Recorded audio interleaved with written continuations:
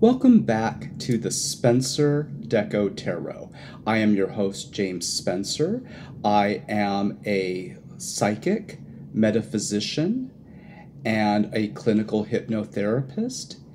And I am the owner of Intuitive Wholeness, where I offer psychic readings, and I also do past life regression and hypnotherapy sessions, as well as certification courses in tarot divination, psychic ability and awareness, as well as other metaphysical subjects. And I do that for students 15 years and older residing in the United States. And if you are interested in any information on that, my website is at the end of this video.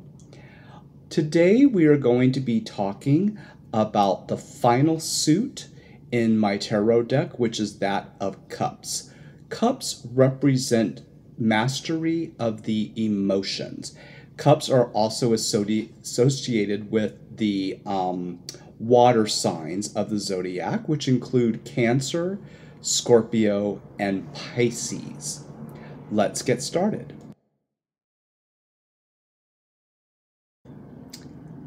Our first cup card is the Ace of Cups.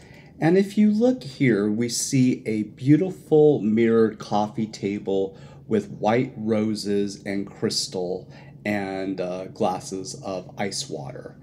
And what the Ace of Cups represents is when you pull this, it means that you have a new beginning using your emotions to attract what you would like or what you desire.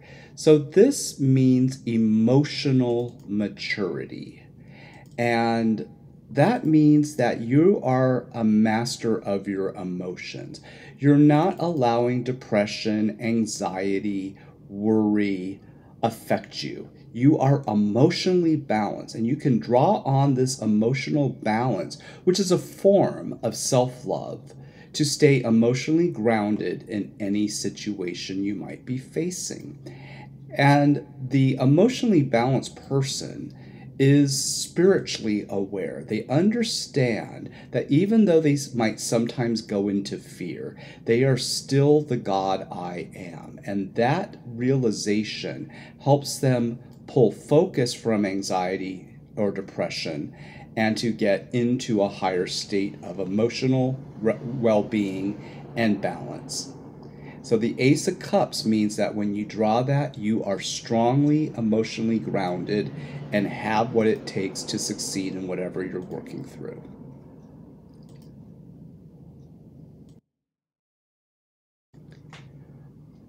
The Two of Cups is deep love. And usually it means romantic love. If you look in our card, we see this beautiful woman and man in the color of pink, which represents love. They're surrounded by pink roses, which means their love is blossoming. And not only their love, but they are just radiating to the emotional love and passion. And therefore, they attract everything they need to them.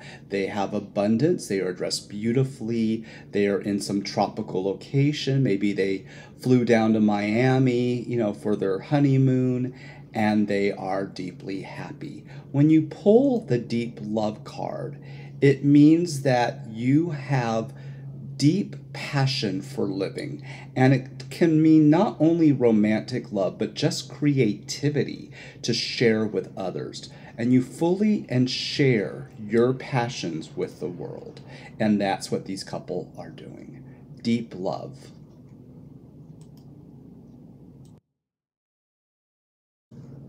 Now to the Three of Cups, abundance. And here we have a master. We have this sexy gentleman with a Clark Gable mustache wearing lavender purple. And purple is the color of spiritual mastery. And he is in his luxurious penthouse. And he is unlimitedly abundant. But he knows that his abundance comes from allowing. He is not in efforting. He is not in struggle. He is not in worry. He allows for abundance, and everything just works out. He's at the right place at the right time. He has luck and opportunities. The abundance is also the ability to love with harmony. So he is at harmony with his family, with his friends.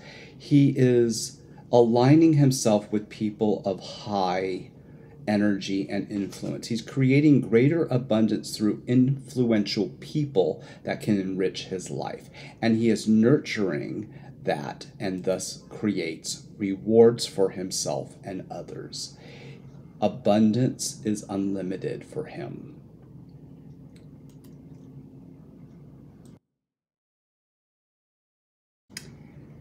Now to our Four of Cups, luxury. And here we have this beautiful movie star reminding me of Jean Harlow, the blonde. She is gorgeous. She is fashionable. She is wearing her pearls and emeralds and her beaded couture gown and her white fur. And she lives in a penthouse. And she is able to receive luxury. Luxury is creating for yourself a holy, wonderful home space, a comfortable living environment where all the good things are possible. She chooses to be surrounded by beauty. She is the beautifier, and part of luxury is the ability to choose wisely. She has chosen to live in a luxurious, safe building with a doorman, and nobody's getting to her penthouse without her allowing it. She's able to share deeply, though, with others. So she is able to share her luxury with people that she cares about. And thus she blesses everyone around her. So she is the movie star of her life. And she is luxurious, but she's also humble. She is in a state of thanksgiving for her blessings. She is able to inspire others. And she trusts that the universe will bring her only the best. And so, therefore, she gets the very best.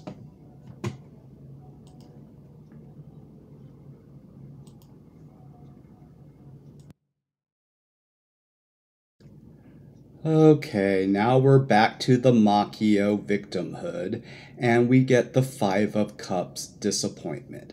We will all have disappointments in our lives. We will all have tragedies, but it's how we choose to respond to them. This man is playing the mope. Notice he is drowning his showers in a bar all alone, and it's raining in the bar on his head. Why does this always happen to me? He wears his victimhood like a cloud. A rain cloud is always coming down on him. And his choice to stay wallowing in his disappointment and focusing on it doesn't allow for new opportunities. So when you pull this card, it's saying you have a deep need to heal up your disappointment and release this bad experience and let go. He's not willing to let go. He's going to sit there and stew on what happened to him. And maybe he lost his job, maybe his girlfriend left him, and he's going to sit there and wallow and just stay stuck instead of getting back into action. So let's say his girlfriend left him. He could look at it differently and say, you know what? If she left me, she's not my soulmate. That's great. At least I found out, and now I can, be open to attracting the right relationship, and I can release her in love and let go. What if he lost his job? Maybe it's like, well, I hated my job anyway. Now I can have the opportunity to do my passion and figure out what that's going to be.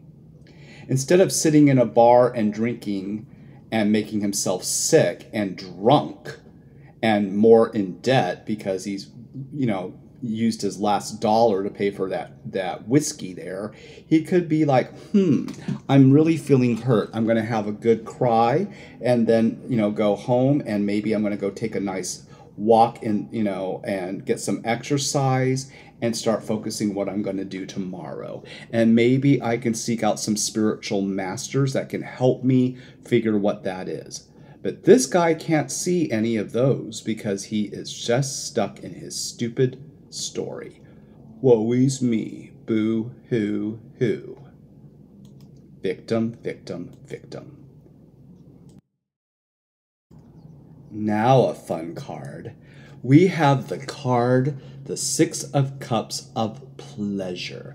And here we have a sexy woman, and she is in her penthouse by her beautiful white roses, sipping champagne and waiting for her lover. And she is going to enjoy the pleasures that being on this planet has to offer. She is going to enjoy incredible sex. She is going to enjoy the finer things to eat and drink. She is sipping Dom Perignon, and she doesn't mind that it's $200 a bottle. She is going to dress beautifully. She is going to enjoy luxury, and she's going to enjoy nature. And all the roses around her is like, because she has been true to herself in purity of thought, aligned with spirit and the I am, God also. She is able to enjoy the finer things in life without criticism. She is not like, oh, wow, I'm enjoying pleasure, but there's a homeless person on the street, and oh, wow, maybe I should feel guilty about that. She understands that everybody chooses their own destiny. She is discriminating. She's only going to surround herself with those of a high spiritual level. So she can find pleasure even in hard times. She knows that the depression is going on outside and there are people starving in the street. But she is like, you know what? I will send them love energy, but I am going to enjoy my life because I'm not in that consciousness. And she heals through sharing deeply with others. She's emotionally renewing through self-love with like-minded people. And the people that come into her penthouse are creative, spiritual people using their lives for good. And she looks forward to it. And she is not going to feel guilty for enjoying good sex, champagne, and a beautiful home. She worked for it. She deserves it.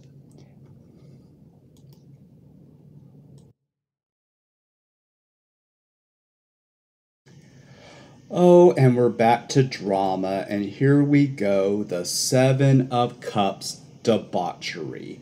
And here we have a woman doing every vice imaginable because she doesn't want to deal with her emotions. Therefore, she numbs them down with alcohol. She's sitting in a bathtub of gin, and she has been shooting up drugs and taking cocaine and, losing herself in sex and booze and addiction to avoid dealing with her shit. And maybe there was something tragic that happened to her. Maybe she was raped by someone she loved and hurt.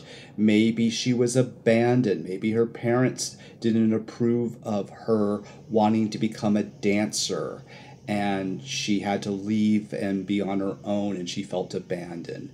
And she's not dealing with her feelings, and therefore she is in addictive behavior. When you pull this card, it's a danger card. It's saying that you are in some form of addiction, and this is dangerous. You are doing debauchery, and you are in depression, and it's brought to you by your bad habits. So what are your addictions? There's all kinds of addictions. It could be alcohol. It can be smoking cigarettes. It could be recreational drugs or even pharmaceutical drugs. A lot of people in the modern world, instead of dealing with their health and their emotions, they mask things over. I am always amazed as a teacher when I don't normally teach kids anymore, but when I taught teenagers, how many teenagers I saw that were on 20 different medications for ADD and allergies and depression and anxiety. And then I look at their families, I look at the crap they're eating, I see the mothers taking their kids to get big gulps and fast food, and just, we'll just mask it over with drugs instead of dealing with the habits and dealing with abandonment. A lot of these kids with ADD is not their fault, but a lot of it starts with the families. A lot of parents are working 2 jobs, they're away, the kids feel alone, they get into bad habits of eating, they get masked over, and then the parents just say, I don't want to deal with it, let's just give our kids a drug. Now, I know a lot of people are going to be pissed for me for saying that, but that's the honest truth. If you are needing any kind of pharmaceutical drug to get by while you're not choosing to change your habits to get out of what caused the imbalance in your body, you're using the pharmaceutical as a drug, as a crux. Now, pharmaceutical has its place, but if you are dependent on it, you're never going to grow. I will share this with myself. I used to, after my first husband died, I went into panic disorder. I had severe anxiety and depression. And I did what my doctors told me. They say, let's get you on Xanax, let's get you on Prozac. And I was doing that, plus drinking alcohol, plus eating wrong, not exercising, and feeling sorry for myself, and masking over my feelings of dealing with my husband's death, and dealing with the fact that I also had a lot of homophobic people in my life at that time that didn't accept me, so I felt abandoned, and I was playing the victim. And finally, I chose to stop all that shit, and I got off the drugs, and I got into yoga, and I got into different disciplines, and I healed myself. And that's what this is saying, that if you have any addiction, you're doing it because you don't want to deal with your emotions. In addition to the addictions that we see of this flapper, there's other addictions. Sex is an addiction. Are you on Grindr running to the next hookup instead of dealing with the fact that you want a deeper commitment, or a deeper, or you want to find your true love, but you're afraid it's never going to come around, so you prostitute yourself? Do you settle for, just spending time on the internet all day long looking at porn? That's an addiction. Or, being in energy feeding on social media? Are you a couch potato that watches mindless, reality television all day long? That's another addiction. Do you have a sweet tooth? Are you eating sugar, sugar, sugar all day long? Do you have a coffee addiction? Are you one of those people that are at Starbucks 3 times a day drinking, corn syrupy, burnt coffee, carcinogen crap? You have a choice. You can choose to react differently.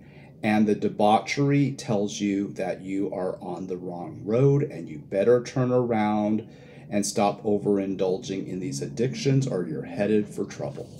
Choose wisely.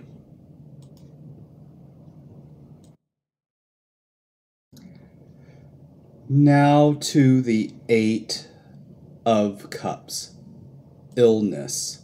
In elder decks, such as the Thoth deck or the Rider-Waite, we sometimes call it indolence. It means you're exhausted, you're overextended. And usually most illness, or I would say all illness, has an emotional component.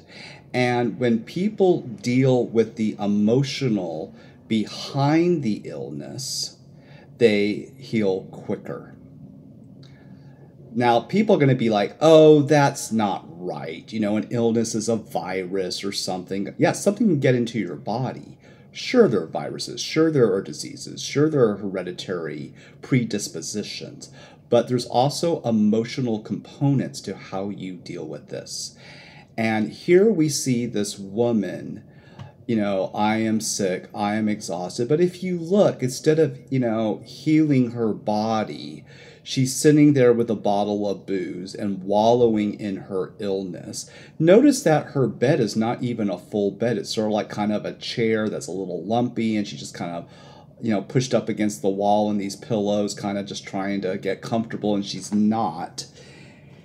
And that's a choice. I'm going to share something that happened to me where I had a miraculous healing.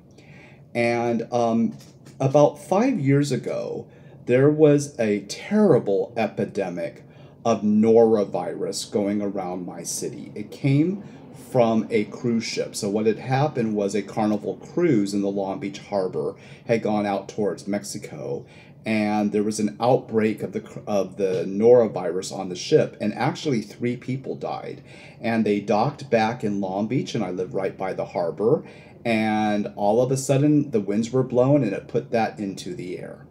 And I came down with Nora, and a lot of people did, and it was the most horrible thing I've ever experienced in my life.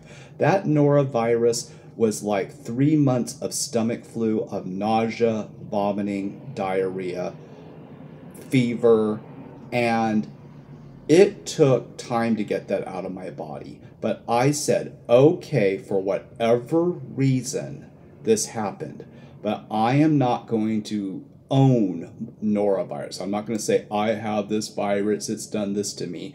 I'm going to focus on healing this up naturally. People thought I was crazy. They said, you need to go get a colonoscopy. This doctor's telling you you might have to have your intestines cut into. And I said, fuck that, no way.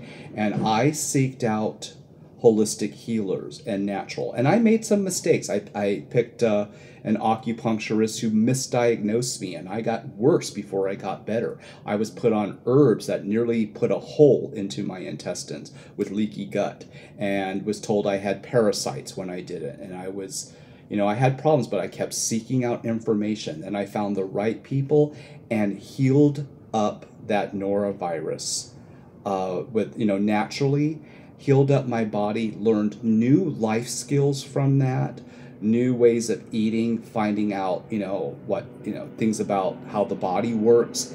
And all of these great things came out of that horrible situation. And while I had days where I literally wanted to die, where I was so sick, with nausea and vomiting and not being able to keep food down, I still focused on my body is cleansing. I am healing. I'm not my illness. What's fascinating is I had a friend who also got this norovirus and went the other direction. He chose to wallow in self-pity. He got scared, and his fear led him going to doctor after doctor and popping pill after pill.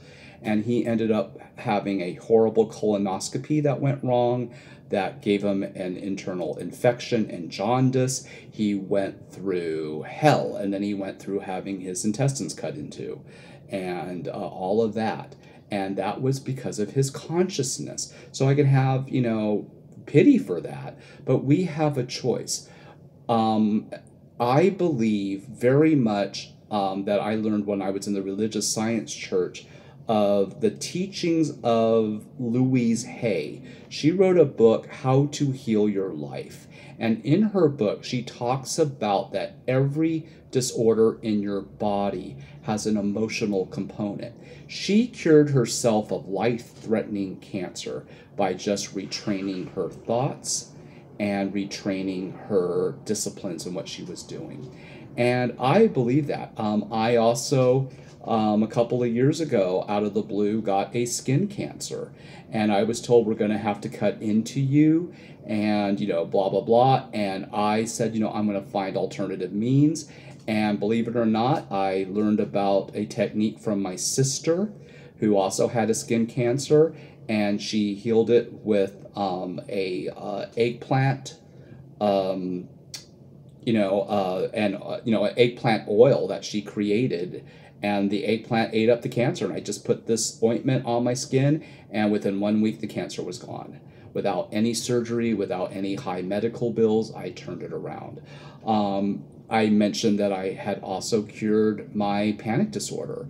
I started to eat differently. I learned about what natural herbs calm down the mind. I learned about the imbalances that were going on in my brain, that I was born with what's called GABA deficiency, and therefore my chemicals in my brain were off. And I learned not, instead of taking drugs for it, how to retrain my brain to produce the GABA chemical I was missing.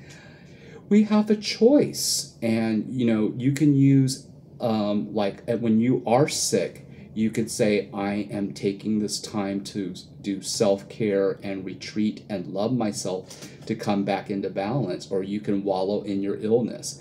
I taught a lot of senior citizens in the arts, and I had some senior citizens that were fucking amazing to me.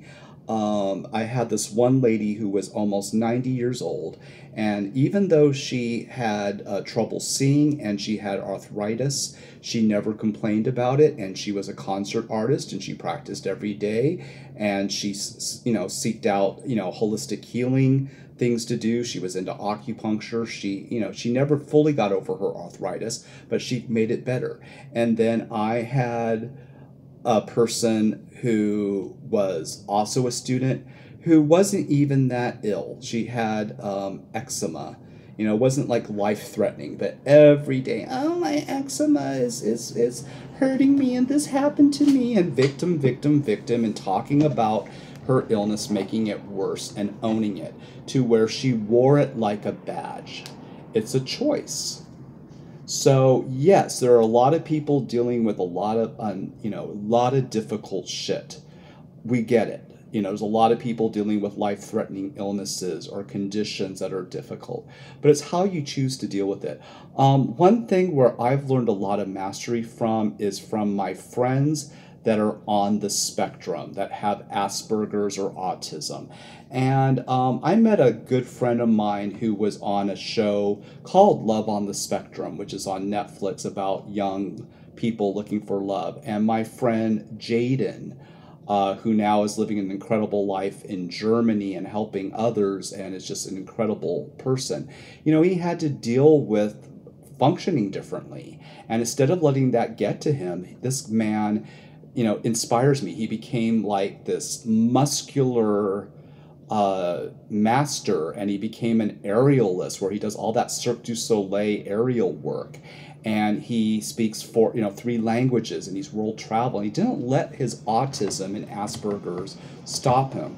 I have another friend who is a very close friend of mine who also is on the spectrum and has Asperger's, and he became like, he's a ballet dancer and and he went through my psychic course, and he's doing tarot. He is learning how to be a piano tuner. He's not letting his issue stop him.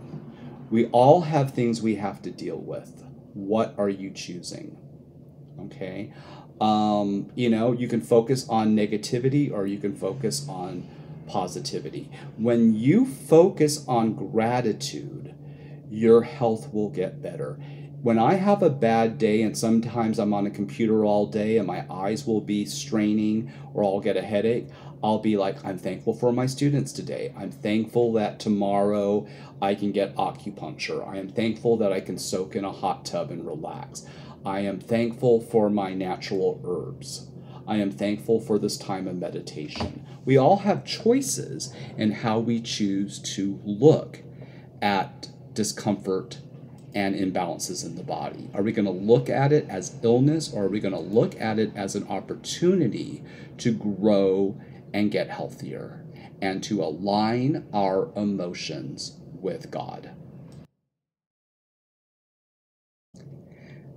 Now to the 9 of Cups, happiness. And happiness is being able to enjoy life and the fruits of your labor. Here, we find emotional happiness and fulfillment. due to one's balanced feelings. It's living one's best life. Here we see a happy newlywed couple at a cocktail party. They're dressed beautifully. They're enjoying life. They're enjoying good food. They are enjoying the beautiful sunset and the moon, and they are in a state of blessing and gratitude. Happiness comes from always being in a state of thanksgiving. Are you the optimist or are you the pessimist? When you wake up in the morning, even if you have to go to work or it's raining outside, are you in gratitude? Do you wake up saying, "Oh, it's going to be a beautiful day and I'm thankful for my cup of tea. I'm thankful for my nice car. I'm thankful that I'm feeling great today"? Or you wake up and like, "Oh God, another day, have to go to work, have to get on the freeway, life sucks." It's a choice. These people have found the secret to life, and that is being in a state of fulfillment through balanced emotions and living their best life in a state of humble gratitude.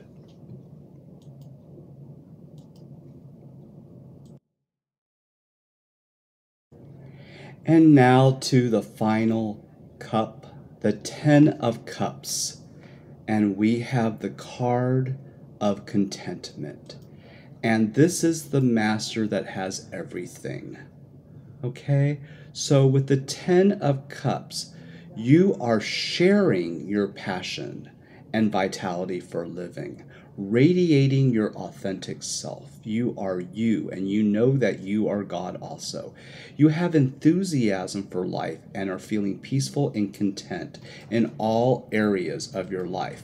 On my card, we have this handsome gentleman. He is beautiful. He is a multimillionaire. He is on his yacht, and he is traveling from LA to Catalina Island. And while he's on his yacht, he might be alone. And he might be thinking, "Oh, it would be nice to find a soulmate." But he is in the sweet contentment of just enjoying life. He is enjoying the sea air. He is enjoying the beautiful sky. And he finds joy and optimism wherever he goes. And because he lives from that space of radiant health and abundance and optimism, he is attracting everything he needs. Who knows? He might show up in Avalon and meet the person of his dreams. Maybe that soulmate is right there waiting for him.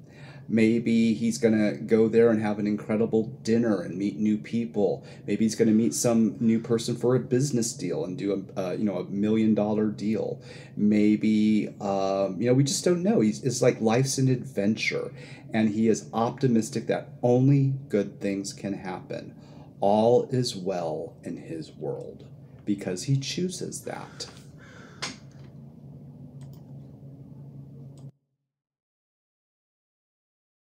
And now to our first court card of cups, and that is the Prince of Cups. And I have to admit, there's a lot of me in this card. Here we see this devastatingly handsome gentleman with blue-black hair, wearing the beautiful color of amethyst purple, and he is a singer fronting a band, and he's sharing his creativity with others. He's the matinee idol, he's the trendsetter, he's the person that people look up to. And when someone pulls the Prince of Cups, they're the lover. They express one's feelings well. They're emotional, they're passionate, and they are a helpless romantic. This young man is possibly a Cancer, Scorpio, or Pisces. He is a romantic gentleman. He's able to share his emotional feelings through his music. And usually, someone who is a Prince of Cups is extremely creative. If they're not a singer, they might be a musician or a visual artist or a fashion designer or someone in some form of art. And this man is sharing his feelings in music to the world and being loved for it. And he is the star of his life. And his life is going places. He's just starting his career. And even though he's already got a lot of stardom and money and success, he's still got a long way to go. And you never know where he's going to turn up. He might become a professor. He might become, like a world-renowned artist. Maybe he's going to, release albums someday, or he's going to write books. He is an influencer because he is able to express himself beautifully. Now to our sexy Princess of Cups. And the Princess of Cups is able to be emotional about her feelings. She wants her guy, and she is kissing him on a terrace. She knows what she wants. But at the same time, she's free of jealousy. She's able to love with emotional detachment. She's able to say, you know what, I don't need to be possessive and needy. I know the right people will be attracted to me. I know that the right love for me is around the corner because I'm deserving of that. She might be a Cancer, Scorpio, or Pisces woman. She's able to love with a detachment. And maybe that's a new energy relationship for her. Maybe with this man that she's with, she's like, you know what? I love you and we are soulmates, but I'm going to have my own apartment or, my own penthouse, and I'm going to be focusing on my career as a model. And I understand that right now, you're traveling overseas for business. And I know and trust that you won't cheat on me, but you're going to do that for your emotional growth. And then when we come back together, we're going to be that much better. There's this feeling of like we're willing to allow each other to grow. And that is true unconditional love, that she, even though she is madly in love with this man, she knows that he's hopping on a plane tomorrow to go to Europe and that everything will be okay because he loves her and she's worthy of that love. And in the meantime, she's not going to be down. She's going to focus on things that excite her, her new fashion show that she's going to be in. And maybe she's going to Hollywood for a new adventure to film a movie. And she is living the life and making the abundance. But she knows that she will be true in her heart. She knows that even though she might be tempted to sleep with another guy, she's not going to. She's going to stay true to her feelings and wait for the right man, which is the guy she's caught. And they're going to live a happy together life and live happily ever after, even if at times they're apart.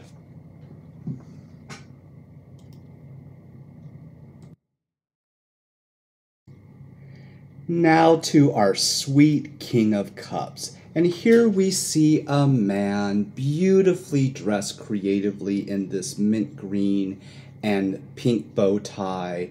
And he's sitting overlooking his country club golf course, retired, drinking his favorite cocktail and like, I'm just going to enjoy life. I'm emotionally content.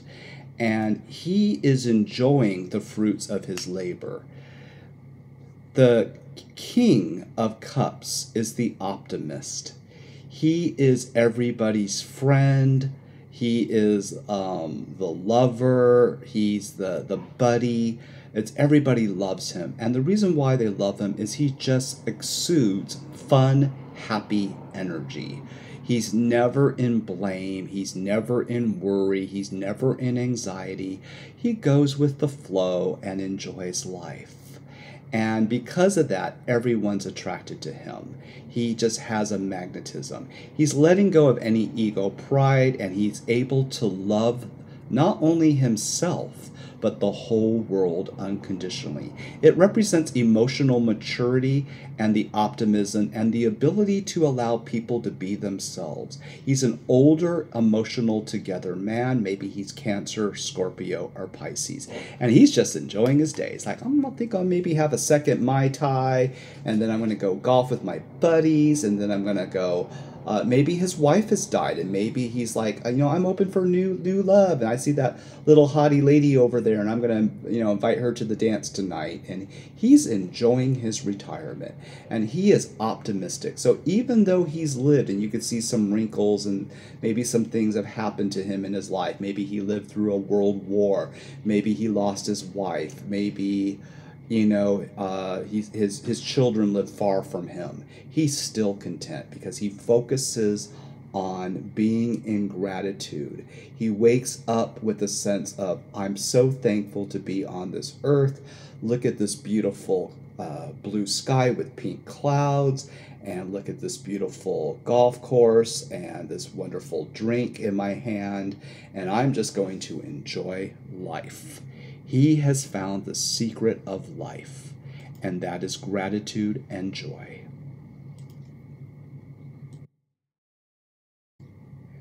Now to our sweet King of Cups. And here we see a man beautifully dressed creatively in this mint green and pink bow tie. And he's sitting overlooking his country club golf course, retired, drinking his favorite cocktail, and like, I'm just going to enjoy life. I'm emotionally content. And he is enjoying the fruits of his labor. The King of Cups is the optimist. He is everybody's friend. He is the lover. He's the buddy. It's everybody loves him. And the reason why they love him is he just exudes fun, happy energy. He's never in blame. He's never in worry. He's never in anxiety. He goes with the flow and enjoys life. And because of that, everyone's attracted to him. He just has a magnetism. He's letting go of any ego pride, and he's able to love not only himself, but the whole world unconditionally. It represents emotional maturity and the optimism and the ability to allow people to be themselves. He's an older, emotional together man. Maybe he's Cancer, Scorpio, or Pisces. And he's just enjoying his day. He's like, I think I'll maybe have a second Mai Tai, and then I'm going to go golf with my buddies, and then I'm going to go maybe his wife has died, and maybe he's like, I'm open for new love, and I see that little haughty lady over there, and I'm gonna, invite her to the dance tonight. And he's enjoying his retirement, and he is optimistic. So even though he's lived, and you could see some wrinkles, and maybe some things have happened to him in his life. Maybe he lived through a world war. Maybe he lost his wife. Maybe his children live far from him. He's still content because he focuses on being in gratitude. He wakes up with a sense of, I'm so thankful to be on this earth. Look at this beautiful blue sky with pink clouds, and look at this beautiful golf course and this wonderful drink in my hand, and I'm just going to enjoy life. He has found the secret of life, and that is gratitude and joy.